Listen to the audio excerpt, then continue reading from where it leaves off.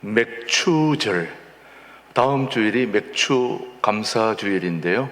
이 맥추절, 맥추 감사절은 갑자기 생겨난 것이 아니고 구약 시대부터 지켜져 내려온 감사절기가 바로 맥추 감사주일입니다. 요즘은 보리 농사 짓지도 않는데 그런 거 해야 됩니까? 라는 질문을 가지고 이 자리에 오신 분들도 계실 겁니다. 또 우리 학생들은 아직 이 보리가 무엇인지도 모르는 학생들이 있을 것 같아서 오늘 사진을 한두 장 준비해 봤습니다. 이게 보리입니다.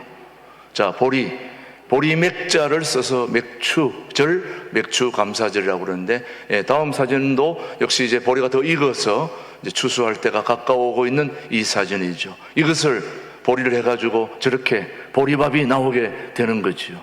보리밥. 예전에는 저거 참 먹기 힘든 밥이었는데 요즘은 건강식으로 저렇게 나오기도 합니다. 네. 자, 우리가 보리 맥자를 써서 맥추절, 맥추감사절인데 이거는 갑자기 어느 날 생겨서 한 게 아니고 구약 시대부터 내려오는 감사절기가 바로 이 맥추감사절입니다. 보리 농사를 짓지 않는다고 해서 안 지키고 짓는다고 해서 지키고 이런 차원의 문제가 아니라 맥추절의 의미를 여러분이 살펴보면 우리 삶 속에 맥추감사주일이 얼마나 중요한가를 여러분이 이제 알게 될 것입니다. 그래서 구약 성경에 있는 맥추절은 다른 말로 말하면 초실절 혹은 칠칠절 혹은 오순절이라고 말합니다. 칠칠절, 초실절, 오순절 다 같은 의미입니다. 자, 그렇다면 먼저 칠칠절이라는 말은 유월절과 매우 연관성이 있어서 즉 무교절기를 지나서 50일째 되는 날에 지키는 절기라고 해서 칠칠절 또는 오순절이라고도 그렇게 얘기합니다. 그러니까 이 칠칠절과 오순절이라는 것은 이름이 같은 뜻입니다.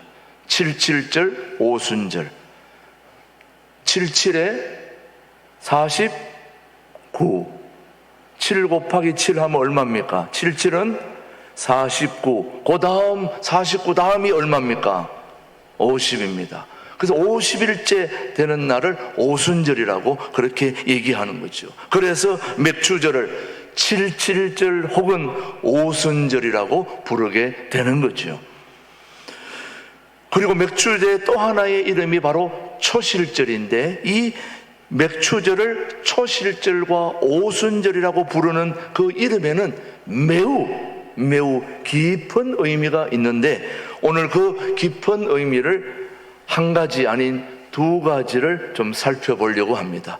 여러분이 이 두 가지 맥추절의 의미를 살펴보면 다음 주일에 드리는 맥추감사절이 얼마나 우리 신앙생활에 중요한 의미가 있는가를 여러분이 알게 될 것입니다. 첫 번째, 맥추절은 우리에게 기업을 허락하신 하나님의 은혜를 기억하며 지키는 감사하는 절기가 맥추절입니다. 다시 말씀드립니다. 우리에게 기업을 허락하신 하나님의 은혜를 기억하며 감사하는 절기가 뭐라고요? 맥추절이다. 맥추감사절이다. 그러면 먼저 초실절이라고 하는 이 맥추절의 의미를 살펴보면 1년 중 처음 거두어드리는 핵곡식이나 과일의 만물, 즉 첫 것을 하나님께 드리는 것이기 때문에 매우 중요한데 우선 출애굽기 23장을 한번 16절 오늘 상반절을 보시면 뭘 지키라? 맥추절을 지키라. 이는 내가 수고하여 밭에 뿌린 것에 무엇을요? 첫 열매를 거두미니라. 지금 첫 열매를 드린다 그렇게 말씀하고 있습니다. 계속해서 두 번째 23장 19절 상반절에도 보면 내 토지에서 시작 내 토지에서 처음 거둔 열매의 가장 좋은 것을 가져다가 너의 하나님 여호와의 전에 뭐 할 거다? 드릴지니라. 너는 염소 새끼를 거미의 젖으로 삼지 말지니라. 아무튼 지금 여기서는 처음 거둔 열매 첫 것을 하나님의 드릴 거라고 그렇게 말씀하고 있습니다. 계속해서 신명기 26장 2절에도 뭐라고 말씀했는지 한번 보십시오. 시작. 내 하나님 여호와께서 내게 주신 뭐에서요? 땅에서 그 토지의 모든 소산의 만물을 거둔 후에 그것을 가져다가 강주리에 담고 내 하나님 여호와께서 그의 이름을 두시려고 택하신 곳으로 그것을 가지고 가서, 여호와께서 내게 주신 뭐라고 말합니까? 땅에서. 자, 그 다음 레위기 23장 10절도 무엇을 얘기하는지 한번 보십시오. 계속해서 시작. 이스라엘 자손에게 말하여 이르라. 너희는 내가 너희에게 주는 땅에 들어가서 너희의 곡물을 거둘 때에 너희의 곡물의 첫 이삭 한 단을 제사장에게로 가져갈 것이요 라고 하셨습니다. 자, 여기서 중요한 것은 맥추절을 땅과 연결시키고 있습니다. 맥추절을 뭐와 연결시킨다고요? 땅과 연결시키고 있습니다. 땅, 가나안 땅, 그 토지, 그 밭은 이스라엘 백성들의 소유가 아닙니다. 하나님이 가나안에 인도하셔서 이스라엘 백성들에게 주신 가나안 땅은 누구 것입니까? 하나님의 것입니다. 이스라엘 백성들은 애굽의 종이었죠. 자기 땅이 없는 사람들입니다. 자기 것이 없는 사람들에게 가나안을 주신 것은 그 가나안 땅은 누구 땅이라고요? 하나님 땅입니다. 하나님께서 이스라엘 백성들에게 은혜로 주셨다 그 말이에요. 감사해야 되죠? 은혜로 주셨으니까. 예. 계속해서 신명기 26장 3절에도 뭐라고 말씀했는지 한번 보십시오. 시작. 그때에 제사장에 나아가 그에게 이르기를 내가 오늘 당신의 하나님 여호와께 아뢰나이다. 내가 여호와께서 우리에게 주시겠다고 우리 주상들에게 맹세하신 뭐예요? 땅에 이르렀나이다 할 것이요. 이스라엘 백성들이 지금 곡식의 만물을 드리면서 먼저 하나님 앞에 고백했던 말씀이지 여러분. 하나님 앞에 곡식의 첫 것을 드리면서 제일 먼저 무엇을 이야기하고 있느냐? 땅 이야기를 하고 있는 것입니다. 무엇을 이야기하고 있다고요? 땅 이야기. 이것은 계속되는 신명기 26장 6절로 9절에도 말씀하고 있습니다. 시작. 애굽 사람이 우리를 학대하며 우리를 괴롭히며 우리에게 중노동을 시키므로 우리가 우리의 조상의 하나님 여호와께 부르짖었더니 기도했더니 여호와께서 우리 음성을 들으시고 우리에게 고통과 신고와 압제를 보시고 여호와께서 강한 손과 편팔과 큰 위험과 이적과 기사로 우리를 애굽에서 인도하여 내시고 이곳으로 인도하사 이 땅 곧 젖과 꿀이 흐르는 땅을 주셨나이다. 지금 땅을 이야기하고 있습니다. 이스라엘 백성들의 신앙 고백을 보면 더욱 분명해지는 겁니다. 자신들의 애굽에서 종살이하던 노예였고 그 학대를 견디다 못해 하나님 앞에 기도하고 부르짖었더니 하나님께서 강한 손과 편팔로 큰 위엄과 이적과 모든 걸 베풀어서 애굽에서 인도하여 내시고 젖과 꿀이 흐르는 어디로? 가나안 땅으로 그들을 인도해 주셨다 하는 말입니다. 이 고백에 무슨 의미가 있느냐? 바로 내가 가진 소유가 누구의 것이냐 하는 거예요. 이스라엘 백성들은 애굽에서 종살이 했는데 그들에게 가나안 땅을 주신 것은 누구입니까? 하나님이죠. 가나안 땅은 하나님 것입니다. 그러니 모든 것이 하나님의 것이라는 고백을 지금 이스라엘 백성들이 해야 되는 거죠. 그것을 우리 하나님이 은혜로 내게 주셨고 하나님의 것을 내가 사용하고 있다는 고백인 거죠. 오늘 일부 예배 나오신 분들에게 묻습니다. 여러분이 지금 가지고 있는 소유가 누구 것입니까? 내 것이죠. 뭐 내가 수고하고 노력했으니까 내 것 아닙니까 여러분? 그래요 안 그래요? 여러분의 소유가 여러분의 것입니까? 누구의 것입니까? 여러분이 지금 가지고 있는 무엇이 되든 집이든 땅이든 자동차든 건물이든 모든 것이 누구의 것이냐고 묻습니다. 내가 그것을 가질 수 있도록 하나님이 환경을 주셨고 은혜를 주셨고 물질도 주셨고 건강도 주셨고 다 주셨으면 그게 누구 거냐 이거예요. 제가 해외에서 목회할 때에 그렇게 바쁘던 분이 모든 일을 다 그만두고 한국을 나왔어요. 왜 나왔나 봤더니 부모님이 돌아가셨다는 거예요. 부모님이 돌아가니까 모든 걸 다 그만두고 나오는 거예요. 모든 것이 다 내 것인 줄 알고 부지런히 따먹고 일했는데 어느 날 갑자기 내게 감당할 수 없는 중병이 찾아오니까 모든 걸 다 그만두고 병원에 입원했어요. 내가 수고했던 모든 것이 다 내 것이 아니더라는 거예요. 오늘 저와 여러분이 가지고 있는 모든 소유 누구 것이냐 있는 거예요. 하나님의 것 아니겠습니까? 하나님의 것. 그러므로 맥추절을 초실절이라고 부르는 것은 초실절을 지킬 때마다 첫 열매를 드리면서 하나님이 가나안 땅을 차지하게 하셨을 당시에 그 첫 감격과 감사와 그 기쁨을 잊지 말라는 것입니다. 절대로 잊어서는 안 되는 그 감사와 기쁨이 저와 여러분들에게 있지 않습니까, 여러분? 어느 날 내가 들어갈 수 없는 집을 주셨고, 자동차를 주셨고, 친구를 주셨고, 부모를 주셨고, 자녀를 주셨고, 그거에 대한 그 첫 감사와 기쁨이 있지 않습니까? 그때는 뭐 평생 그걸 가지고 있을 것 같았던 여러분, 저도 잠시만 지나면 다 잊어버리지 않습니까? 그걸 잊지 말라는 것을 지금 얘기하는 그 절기가 바로 맥추 감사주의를 통해서 기억하라는 것입니다, 여러분. 안타깝게도 이스라엘 백성들은 어마어마한 하나님의 은혜를 입었음에도 불구하고 평생 감사하고 살 것 같았던 그 이스라엘 백성들이 그 모든 걸 다 잊어버렸다는 거죠.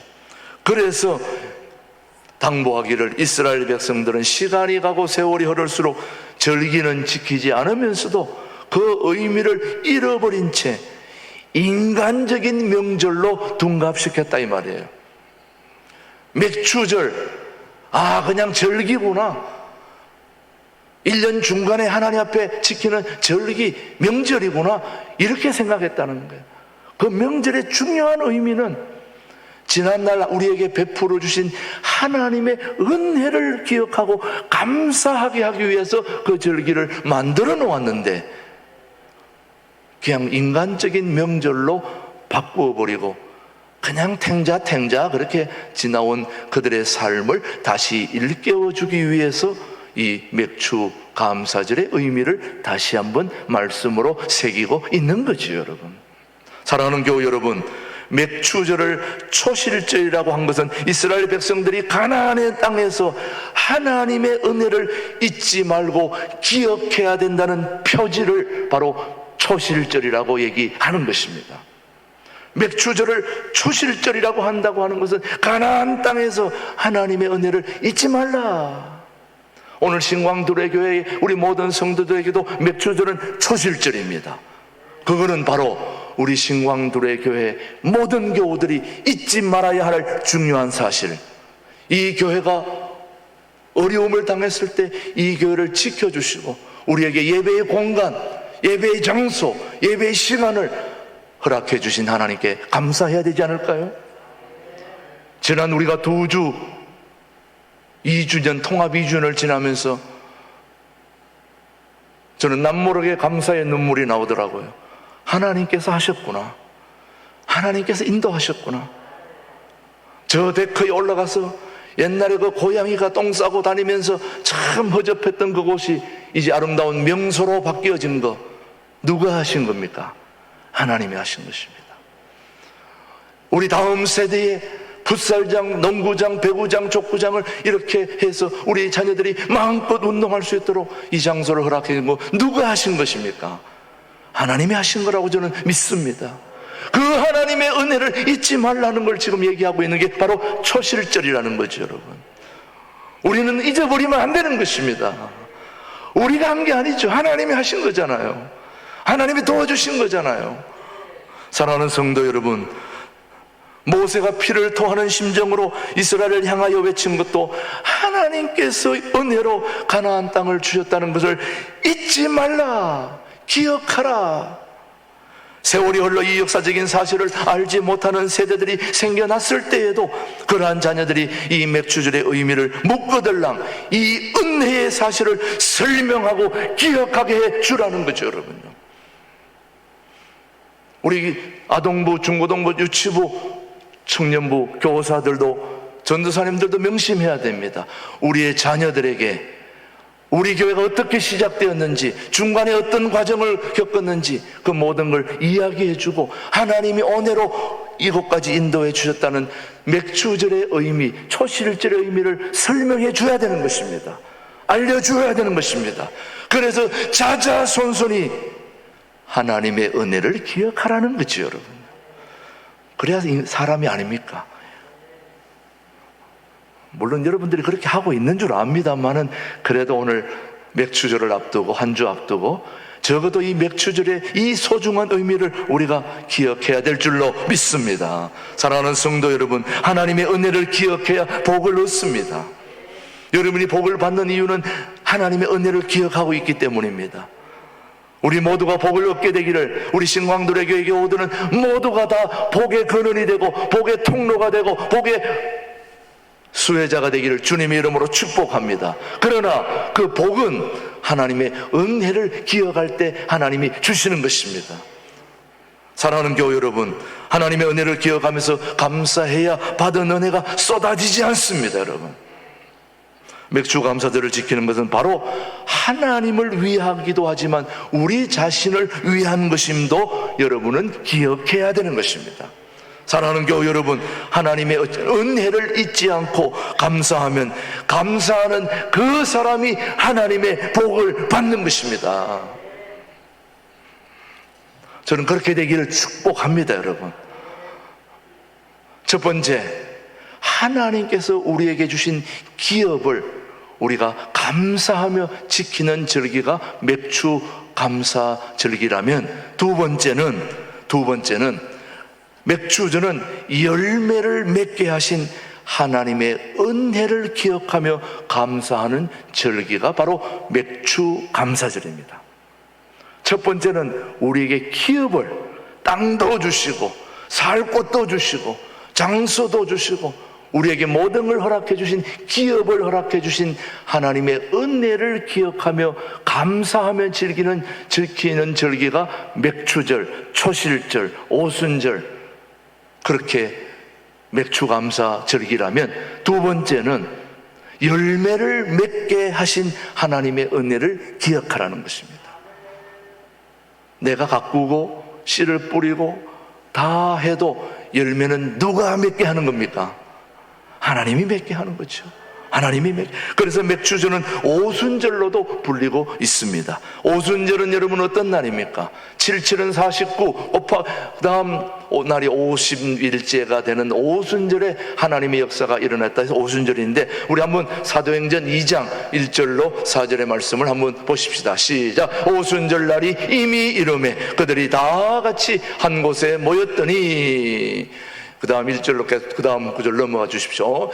호련히 하늘로부터 급하고 강한 바람 같은 소리가 있어 그들이 앉은 온 집에 가득하며 마치 불의 혀처럼 갈라지는 것들이 그들에게 보여 각 사람 위에 하나씩 임하여 있더니 그들이 다 성령의 충만함을 받고 성령이 말하게 하심을 따라 다른 언어들로 말하기를 시작하니라.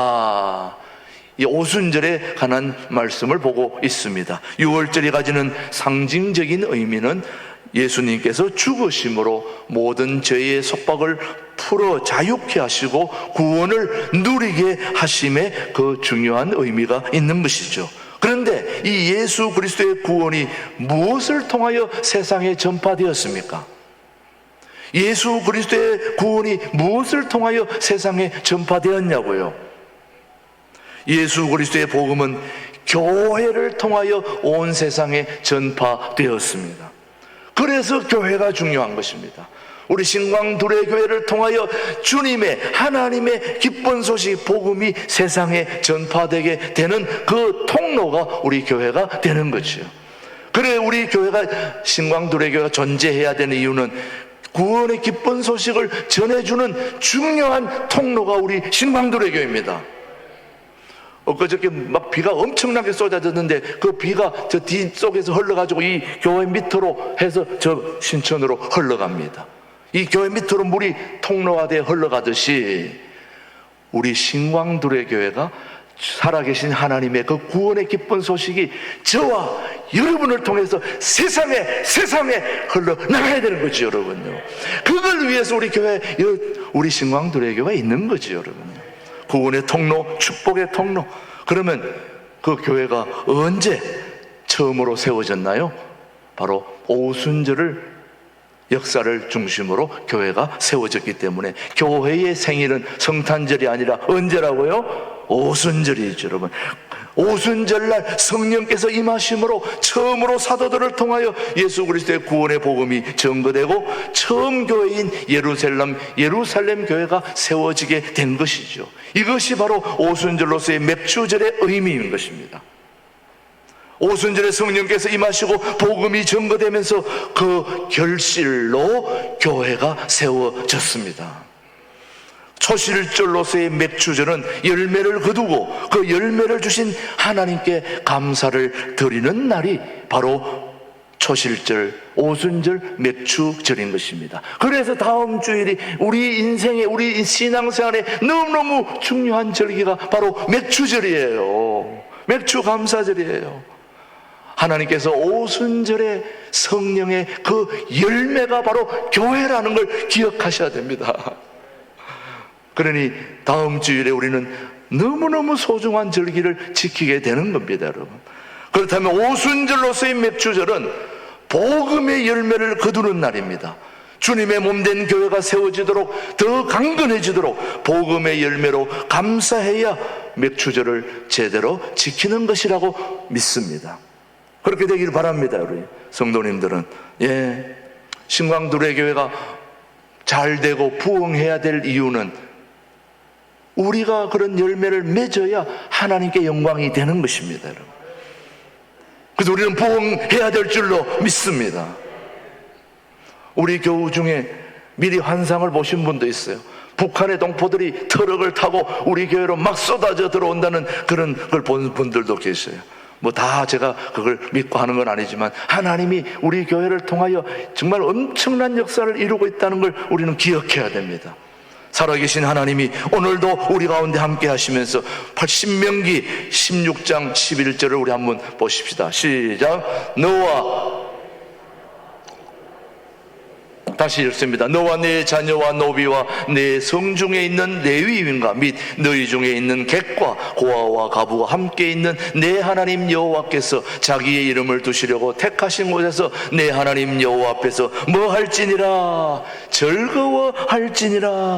도우라는 말씀이고 나누라는 말씀입니다. 그러나 하나님이 택하신 곳에서 하나님 앞에서 함께 즐거워해야 된다. 이날에는 반드시 복음의 열매가 있어야 한다는 말씀입니다, 여러분. 여러분들이 복음을 전하고 그래서 복음의 열매가 있는 것을 주님이 기뻐하시고 그 기쁨이 우리에게도 흘러넘쳐서 우리도 행복하고 즐겁게 되는 거죠, 여러분요. 여러분, 하나님의 교회는 신령한 알곡을 모아드리는 창고입니다. 동의하십니까? 하나님의 교회는 신령한 알곡들을 모아드리는 창고입니다. 그러므로 맥주절은 과연 하나님 앞에 우리 자신들이 알곡이 되어 있는지 혹은 하나님 앞에 복음의 열매를 맺어가고 있는지를 살펴보는 그런 절기가 맥주절입니다. 여러분, 맥주절 다음 주일인데요. 아이고 뭐 또 헌금, 세금 거두는 것도 아니고 이것 하나 들어갔구나, 이런 맥주절이 아니에요. 여러분이 정말 내가 신앙인으로서 열매를 맺어가고 있는지, 내가 알곡이 되어가고 있는지 나 자신을 돌아보는 절기가 맥주절이에요. 맥주 감사절이에요. 그래서 여러분, 하나님 앞에 우리 자신들이 알곡이 되고 있는지, 복음의 열매를 맺어가고 있는지를 살펴보는 그런 소중한 주일이 다음 주일이라는 말씀입니다. 내가 열매가 되어야 할 뿐만 아니라 열매를 맺어야 하는 것입니다. 특히 전도의 열매를 맺어야 합니다. 농사 짓는 분은 알겠지만 자기가 뿌려놓은 보리, 벼, 또 사과나무, 배나무 모든 나무가 열매를 맺으면 여러분이 기분이 좋습니까? 안 맺으면 기분이 좋습니까? 여러분이 농사 짓는데 농사하는 것들이 열매를 맺으면 기분이 좋습니까? 안 맺으면 기분이 좋습니까? 그 물어보나 하는 말을 얘기하십니까? 그러는 하나님도 우리가 열매를 맺는 걸 좋아하실까요? 안 맺는 걸 좋아하실까요? 복음의 열매를 맺어야 된다는 거예요. 전도의 열매를 맺어야 되고 이 맥추절의 열매가 있어야 교회는 복음을 전하기 위해서 하나님이 이 땅에 세우신 중요한 기관이 바로 교회인 것입니다. 그 교회는 복음의 열매를 맺어야 되는 것입니다. 우리 신광들에게는 복음의 열매를 맺어야 되는 것입니다. 복음의 열매를 맺기 위해서 우리 모두 한번 동분서주 해야 될 줄로 압니다.